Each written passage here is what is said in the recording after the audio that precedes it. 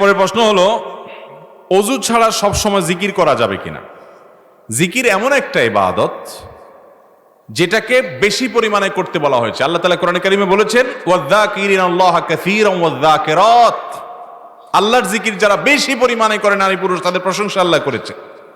আল্লাহ তাআলা কোরআনে কারিমে নির্দেশ করেছেন, উযকুরুল্লাহা যিকরান কাসীরা। তোমরা আল্লাহকে বেশি পরিমাণে জিকির করো, বেশি পরিমাণে নামাজ পড়ো, বেশি পরিমাণে যাকাত দাও, বেশি পরিমাণে হজ করো, বেশি পরিমাণে অন্যান্য কাজ করো। এরকম কথা কোরআনে আল্লাহ বলেন নাই, কিন্তু এগুলোও বেশি পরিমাণে করা ভালো। কিন্তু আল্লাহ তাআলা আলাদা করে জিকিরের কথাটা বলেছেন, পরিমাণে বেশি করো। আমাদের নবী করিম সাল্লাল্লাহু আলাইহি সাল্লামের জীবনকে যদি আপনি ফিল্টার করেন, সুবহানাল্লাহ, দেখবেন প্রতিটা কদমে জিকির।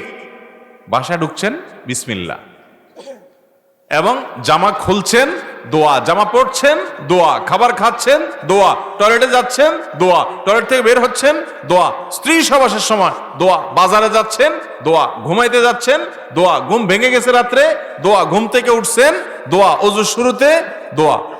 দোয়া নাই এমন কোন মুহূর্ত আপনি খুঁজে পাবেন না। ওই যে আল্লাহ বলছেন বেশি বেশি জিকির করতে, এই জিকির আর দোয়া সারা জীবন নবী সাল্লাল্লাহু আলাইহি সাল্লামের ছিল।